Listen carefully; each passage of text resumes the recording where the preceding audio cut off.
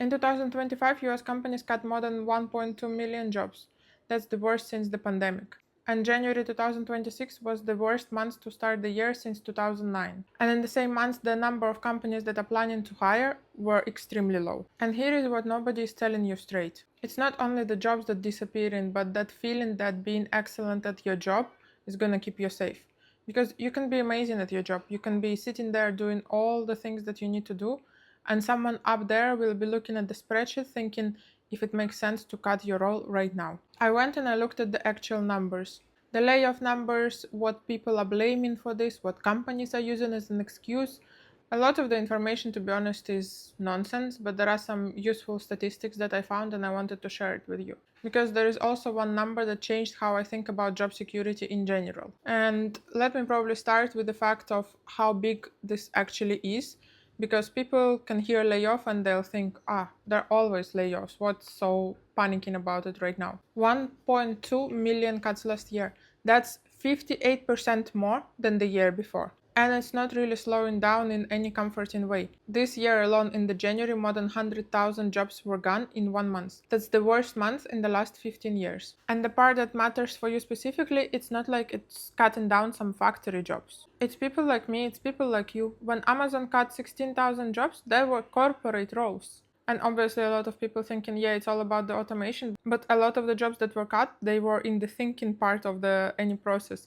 So the losses are entirely in the knowledge work. And it's the roles that people usually assume to be safe because, well, there is the brain and degree behind it. I spent 6.5 years in corporate before I quit to do my own thing. And when I read these numbers, they don't feel abstract to me at all. But the reason these cuts are happening is where it gets strange. Because the explanation that a lot of companies are giving might not be the real one. And the official story, obviously, it's always AI is the single most common reason companies use when they decide to cut jobs. In May this year, it was behind 40% of all the layoffs. In just 5 months, companies blamed AI for 90,000 job cuts. And a lot of them, they are saying it out loud. Oracle told the regulators they are cutting 21,000 jobs because of AI. Amazon, Salesforce, it's all the same. So most of the people think, okay, case closed, AI is just taking our jobs. But economists, they don't agree with that. And this is the part that most people won't tell you. One chief economist actually looked at the employment data and said that there is zero evidence that AI is causing all these losses. Goldman Sachs also found that the real-world impact on these jobs is still limited. And there is the name for what's actually happening. It's called AI washing. Companies using AI as an excuse to cut the jobs they were probably thinking to cut already for a couple of years before, but right now they have like a valid excuse. And they all say we're not cutting the cost, we're just embracing the future. And it just sounds a lot better for them in the press release. And if you think that AI cannot do your job, that's why you're safe, no, you don't need AI to be literally doing your job.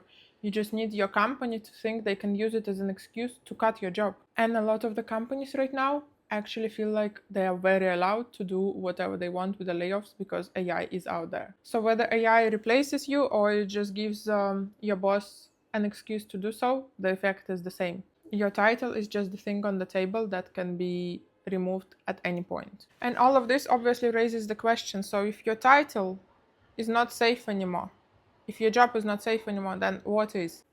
And the answer is in what people are doing after they've been laid off. Because obviously what happens to all these qualified people, they're not just vanishing in the air, they're just rerouting. Right now there are 73 million Americans who are working independently. They're not employed, they're just working on their own. And the number of people who are making more than 100k doing their own thing jumped 19% in a year. And right now it's nearly double than what it was in 2020. And if we talk about the UK, where I am actually based, the number of fractional roles grew by 340% since 2019. 8 out of 10 scale-ups are thinking about hiring a fractional leader for their company. And it's not random. The economist who studied this saying that yes, all these layoffs, they're just letting all these super qualified people now work independently for different companies. And this goes to people who are not just straight away out of the university, it's people with 5, 10, 15 years of work experience. They were excellent in their company and yet they had to go through layoff, and right now they have to find a way how to offer their services in a different way. And what's super important for them at this stage is to make sure that they build the name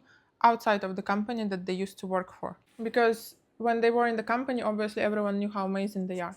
But as soon as the layoff happened, or in general, whenever you quit the job or something, your amazing experience was only inside the company, and only people inside that building knew how good you are. The second you lose the job, for the world, you are invisible because no one knows about you. And for people who are building their own thing, consulting, any services that they can provide to companies, having a personal brand is super important for them to be found for the next part-time roles or whatever they decide to do, or even sell their services. 6 in 10 decision makers say they choose the person to work with depending on what they know about them. And quite often it also happens that they find out, for example, the agency to work with because of the content that someone from that company is putting out. But also what's more important is that over 90% of buyers saying that they trust individual people more than the company image. And content from a real person gets 8 times more engagement than the content from the company. And I'm not saying that the personal brand is insurance against being laid off.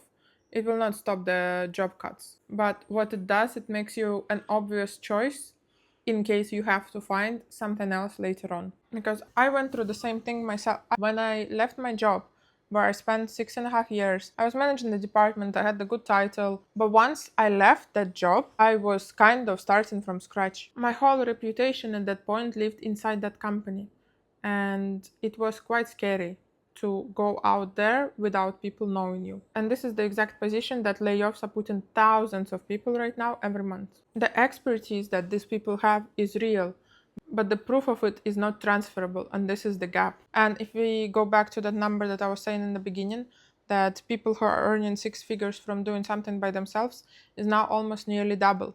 That's all the people who decided that instead of chasing security inside the company, they will do something of their own. And this is the biggest shift, that the job used to be the security, but right now you get this security from building your reputation in the world. And this is also the part that AI actually changes. And it's also the reason why I do what I do when I help founders and experts build their personal brand. For years, what you knew, your knowledge, your expertise was your edge.